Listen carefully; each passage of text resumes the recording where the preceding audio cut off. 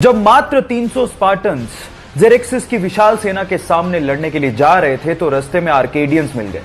आर्केडियंस ने कहा कि हम भी तुम्हारे साथ लड़ना चाहते हैं, पर मैं हैरान हूं कि सिर्फ 300 सैनिक लेके तुम इतनी विशाल सेना से कैसे लड़ोगे। तो स्पार्टन्स के मुखिया ने एक सवाल पूछा आर्केडियंस की सेना से एक एक करके। उसने पूछा कि तुम्हारा पेशा क्या है। तो आर्केडियंस की सेना में से लोगों ने जवाब देना शुरू किया कि मैं मूर्तिकार हूं, मैं शिल्पकार हूं, मैं लोहार हूं। फिर स्पार्टन्स के मुखिया ने अपनी सेना से सवाल पूछा कि तुम्हारा पेशा क्या है। तो उन सब ने जवाब दिया खून, खून, खून। सबक यह है कि जंगें सैनिकों से नहीं, हौसलों से जीती जाती हैं। पढ़ाई का और पैसा कमाने का आपस में कोई लेना देना नहीं है, इसीलिए उस लड़के ने 10वीं क्लास के बाद पढ़ाई छोड़ दी और भजिया बेचकर पैसा कमाना शुरू कर दिया। फिर अपने दोस्त की मदद से 1948 में यमन चला गया और वहां पर एक पेट्रोल पंप पे काम करना शुरू किया। देखते ही देखते अपनी मेहनत की बदौलत वो वहां पे क्लर्क और फिर मैनेजर बन गया। लेकिन उसके दिमाग में तो अलग ही सनक चल रही थी।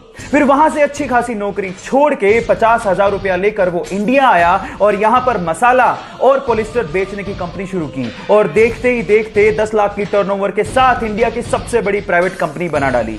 और आज भी वो कंपनी इंडिया में सबसे बड़ी प्राइवेट कंपनीज में शुमार है। Yes, I am talking about Reliance. और बंदे का नाम था धीरूभाई। और उनका कहना था कि बड़ा सोचो, दूर की सोचो और जल्दी सोचो, क्योंकि विचारों पर किसी का एकाधिकार नहीं होता। जब सीता मैया को रावण लंका उठा के ले गया तो उनको भगवान राम की तरफ से संदेश देने के लिए और उनका हालचाल पूछने के लिए हनुमान जी ने पर्वत से छलांग लगाई और समंदर के रास्ते होते हुए लंका जाने लगे। रास्ते में उनका सामना सुरसा से हो गया। सुरसा ने कहा मुझे तो भूख लग रही है, मैं तो तुम्हें खाऊंगी। हनुमान जी ने कहा कि मैं सीता मैया से मिलके आता हूं, आते वक्त जो तुम्हारी इच्छा हो कर लेना। सुरसा ने कहा नहीं, मुझे तो भूख अभी लग रही है, मैं तो अभी खाऊंगी। तो हनुमान जी ने कहा वक्त जाया मत करो, खा लो। तो सुरसा ने उन्हें खाने के लिए अपना 1 योजन का मुंह खोला। 1 योजन का मुंह मतलब 8 मील मुंह खोला। जैसे उसने 1 योजन मुंह खोला, हनुमान जी 2 योजन के हो गए। सुरसा ने 2 योजन का मुंह खोला, हनुमान जी 4 योजन के हो गए। ऐसे करते करते सुरसा ने 64 योजन का मुंह खोल लिया। तो हनुमान जी ने बुद्धि दिखाते हुए अपना शरीर छोटा किया और उसके मुख का चक्कर लगाते हुए बाहर आ गए। यहां समझने लायक और सीखने लायक बात यह है कि जब पावर दिखानी थी तो हनुमान जी बड़े होते चले गए, लेकिन जब बुद्धि दिखानी थी तो हनुमान जी छोटे हो गए। जब वो 9 साल के थे तो उनकी माता का देहांत हो गया। घर के हालात इतने खराब थे कि उन्हें रेलवे स्टेशन पर कूली तक का काम करना पड़ा। इसके बाद जैसे तैसे करके उन्होंने बस कंडक्टर का एग्जाम पास किया और बस कंडक्टर लग गए। इसके बाद तो जैसे कि उनके अंदर का आर्टिस्ट ही बाहर आ गया। लोग ऐसा कहते हैं कि बस कंडक्टर के तौर पे वो काफी ज्यादा फेमस हो गए थे क्योंकि वो बहुत ही स्टाइल से सीटी मारा करते थे और बहुत ही स्टाइल से टिकट काटा करते थे। ये देखकर उनके साथियों ने उनको एक्टिंग स्कूल ज्वाइन करने के लिए मोटिवेट किया और साथ ही साथ उनकी फीस भी भरी।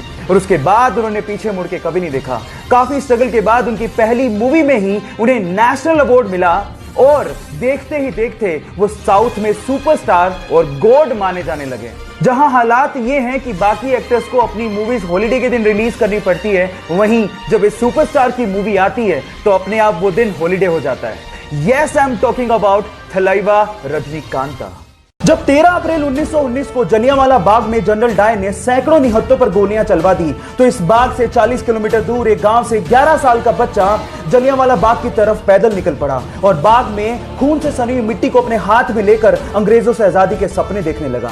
ये मिट्टी लेकर जब वो घर पहुंचा तो उसने पिताजी को कहा कि पिताजी आप कहां जा रहे हैं। तो पिताजी ने जवाब दिया कि मैं आम की गुठलियां बोऊंगा जिससे पेड़ लगेगा और बहुत सारे आम मिलेंगे। तो जानते हो उस बच्चे ने क्या कहा? उस 11 साल के बच्चे ने कहा कि मैं भी इस खेत में बंदूक बोना चाहता हूं जिससे मुझे बहुत सारी बंदूकें मिलें और मैं अपने देश को आजादी दिला सकूं। इस क्रांतिकारी विचार को रखने वाले का नाम है शहीद भगत सिंह, जो हमारे लिए, इस देश के लिए हंसते हंसते ये कहकर फांसी पर चढ़ गए, सरफरोशी की तमन्ना अब हमारे दिल में है, देखना है जोर कितना बाजुए कातिल में है, बाजुए कातिल में है।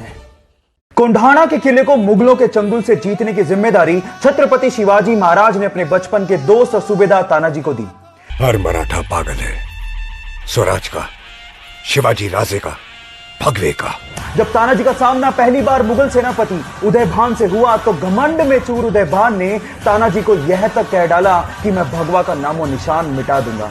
तब तानाजी ने जवाब दिया कि जिस रंग को आसमान दिन में 2 बार ओढ़ता हो उसे तू क्या मिटाएगा। अपनी चतुराई और अपने पराक्रम का परिचय देते हुए तानाजी और उनकी छोटी सी सेना ने मुगलों के चंगुल से कोंढाणा जिले को जीत तो लिया, लेकिन तानाजी वीर गति को प्राप्त हो गए।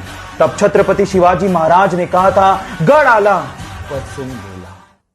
एक बार द्रोणाचार्य अपने 5 पांडव शिष्यों के साथ जंगल से जा रहे थे। उनके साथ एक कुत्ता भी था। अचानक से वो कुत्ता धनुर्विद्या का अभ्यास कर एक व्यक्ति को देख के तेज तेज भौंकने लगा, जिससे उस व्यक्ति को विघ्न होने लगा। अब उस व्यक्ति ने धनुष बाण उठाया और उस कुत्ते पर इस तरह से वार किया कि उस कुत्ते का पूरा मुंह तीरों से भर गया, लेकिन उसे घाव तक नहीं आया। अब ये चीज देखकर द्रोणाचार्य हैरान रह गए और उस व्यक्ति से पूछा कि तुमने धनुर्विद्या सीखी कहां से? तो उस व्यक्ति ने जवाब दिया कि आप ही की प्रतिमा को गुरु मानकर मैंने सारी की सारी धनुर्विद्या सीखी है।